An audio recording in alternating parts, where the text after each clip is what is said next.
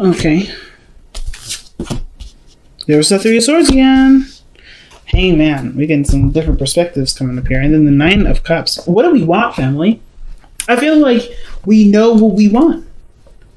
I'm asking this general question just because I think you guys already know what you want.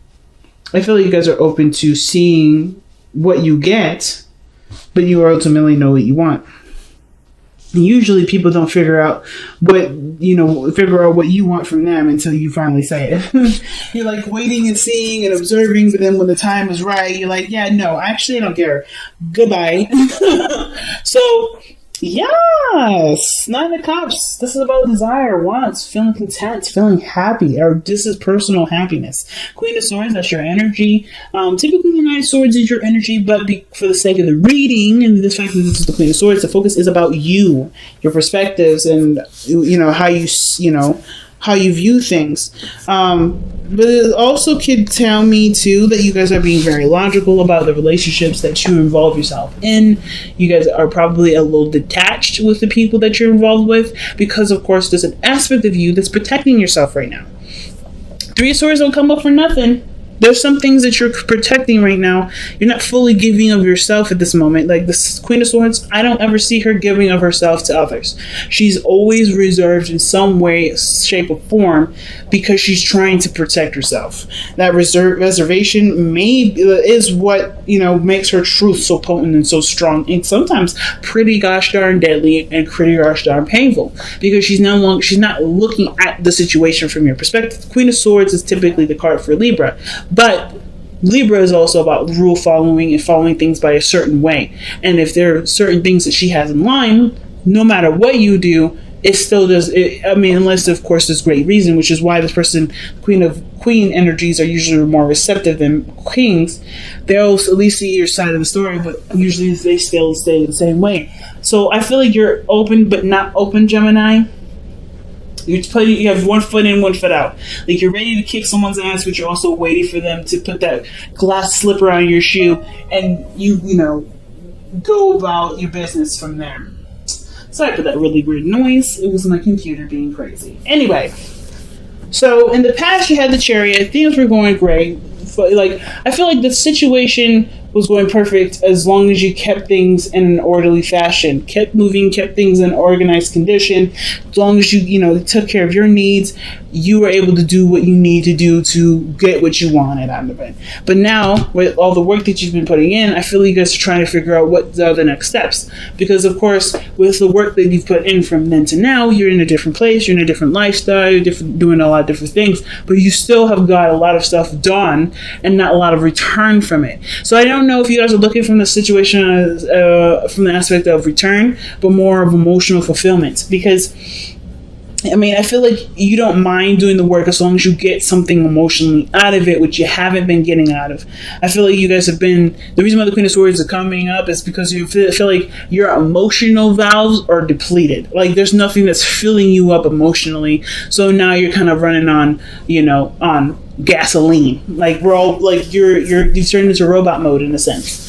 But I'm kidding. I don't think any of you guys turned into robot mode. I feel like you guys really want something emotionally pleasing, something emotionally satisfactory. You want to feel content. That's why the Knight of Cups is coming up here. And I feel like the more you start looking at and start reevaluating, the easier it will become to manifest. I feel like right now, since just figuring out what in particular do you want to begin, or what do you want to manifest? Figuring it out is the biggest thing, right? Making that decision to figure out what it is to run. I feel like you already know.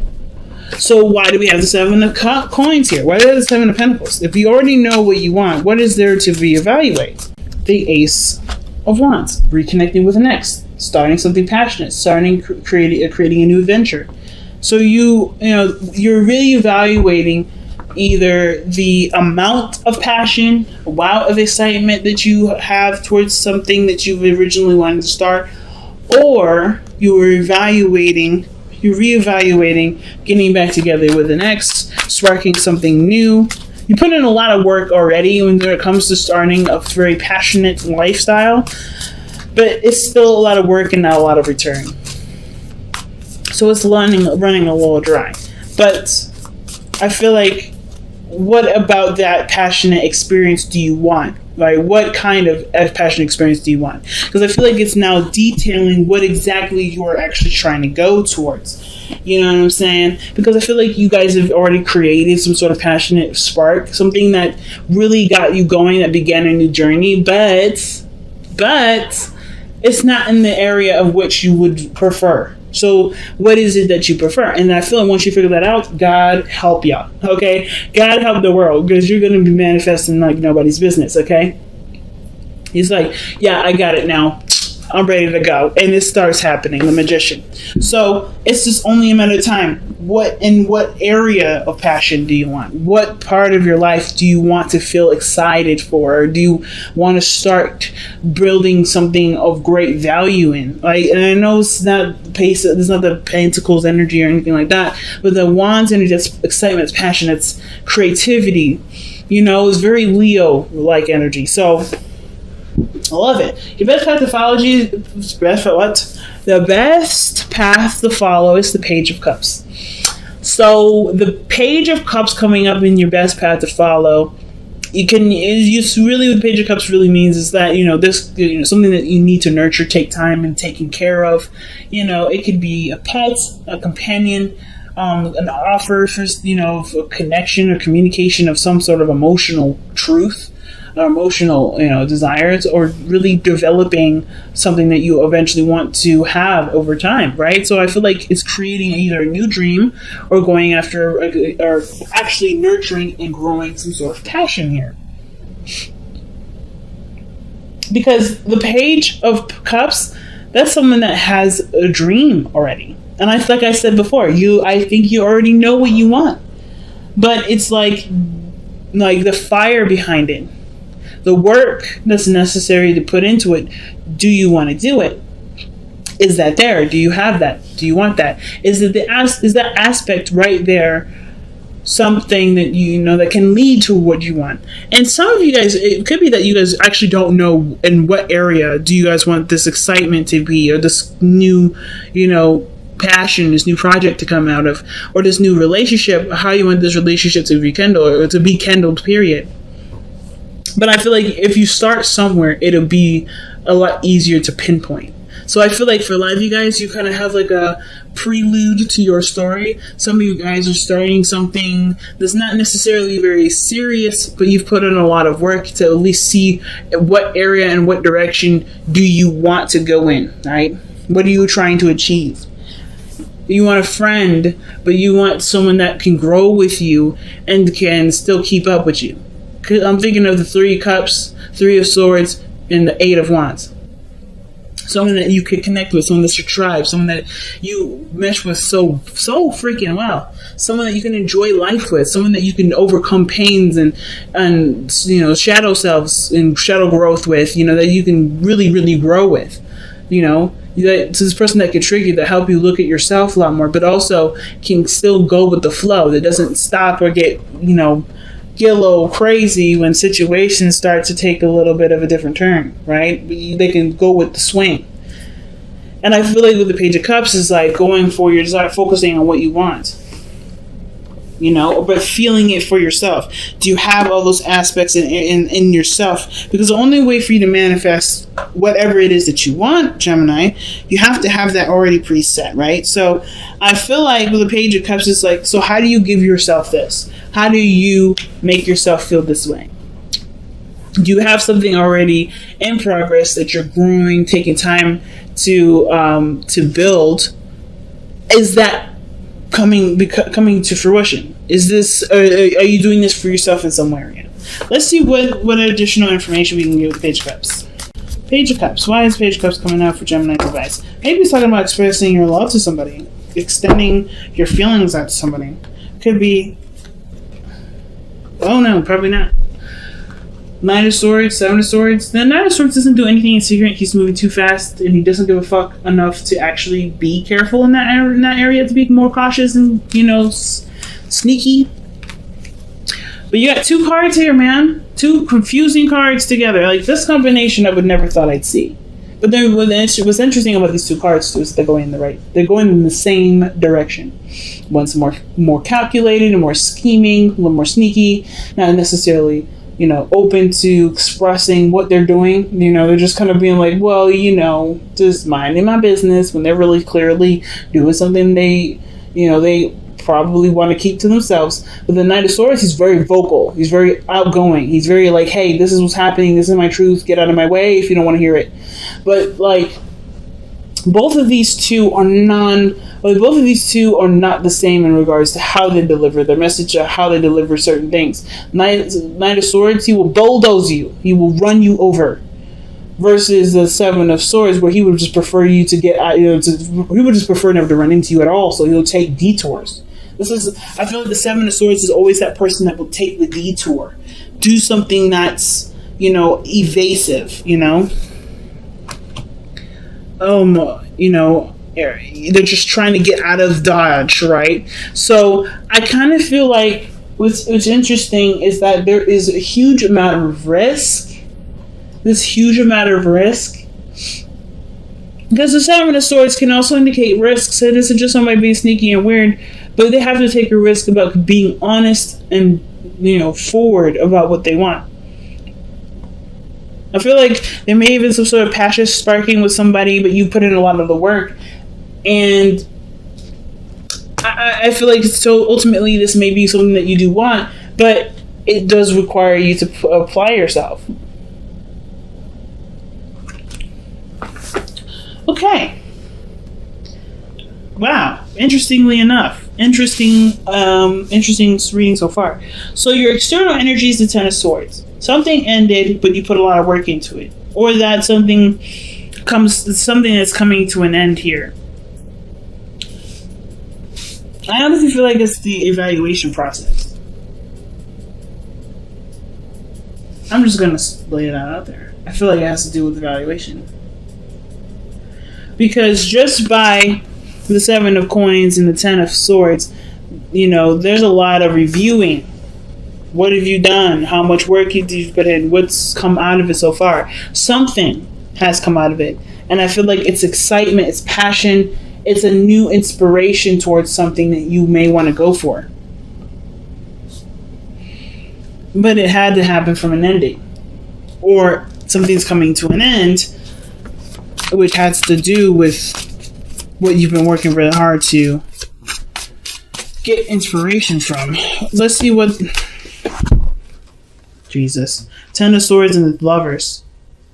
The connection that you have with somebody may be ending here. Or this is an ending, or previous. This is about the ending of some sort of connection between you and a person. This is also your card, Gemini. I don't know why it's not focusing. There we go. But yeah, the Lovers is your card, Gemini. Bouncing. It's not bounce of the head in your heart, but it's sometimes seen as a choice. How I personally read it is the acceptance of your head with your heart working together with it as a team with your heart, versus your mind trying to convince your mind trying to convince your heart of something else, and of course your heart being extremely stubborn with it. I feel like the acceptance portion definitely really says a lot when it comes to the Ten of Swords, because the Ten of Swords, that's a card that does talk about deep acceptance. This cannot be changed. This situation is the rawest of the raw of all kinds of all the endings in the tarot. So the fact that this ending is so brutal and so painful, the only way for you to be able to love yourself and to move forward from it is by accepting this loss, accepting the situation as is, and knowing that there can be potential for greatness despite what has already happened. So the Ten of Swords comes up twice in this reading, but is also coming up with the Lovers. So interesting pairing. But I kind of feel like for some of you guys, it may have to do with a breakup, with something that's some sort of attachment or some sort of ending with somebody that you had a really close connection with. Really, really close. And then, as a matter of fact, if you look back at the three cards that fell out with the Three of Cups, Three of Swords, that's a connection that's triggering. That's a reunion that triggers you, or there's something. This is about your inner circle. This is about your inner circle and the part of that inner circle that triggers you. But I feel like that's something that you want. Even if it triggers you, it's something that you do want. It's just scary to put yourself out there. That's the thing. That's why you have the Knight of Swords and the Seven of Swords. Because that really weird tug and pull. Like, I don't want to do this, but I do want to do this. You're reevaluating it because your mind is like, remember what happened last time? But your heart is like, yes, this is it. This is my happiness. Are you going to allow yourself to do it, Gemini, now? Because I think the only thing the Seven of Coins is doing isn't really reevaluating. I feel like it is just I think it's reevaluating in the sense of how to make it successful for you. But I feel like it's also, a way of procrastinating. I think everybody's got a really weird procrastinating energy. But only, of course, right, to protect ourselves, to actually be sure that we can handle this. Because we don't want to hurt. We don't want to feel any pain. But pain also leads to great happiness and to great love. It can lead to those great things, especially with all of that coming to yourself. So the Three of Swords coming up in your hopes and fears. I think you want to overcome the pain that happened here with the Ten of Swords in the past. I feel like there may be something else coming into an end soon with the Ten of Swords and the external energy like this, but it's not a new ending. I think it's just looking at what has been over for a while, accepting it, and seeing the potential for greatness. But by changing your perspective with the Hangman and your outcome. So the Three of Swords I really feel like is overcoming the loss, the pain, the triggering emotions, right? Like whether this is a friend or someone that you met that meant dearly to you as a relationship. This is something that you really hope to overcome so that you can be open to seeing the world from a different angle, from a different view, to move forward with your life and know that you have, and know that you'll be okay, because you survived one of the greatest pains in your life. Man, this is pretty deep, Gemini. Was definitely not expecting this type of reading here. So let's see what we got going on for the power surrender cards.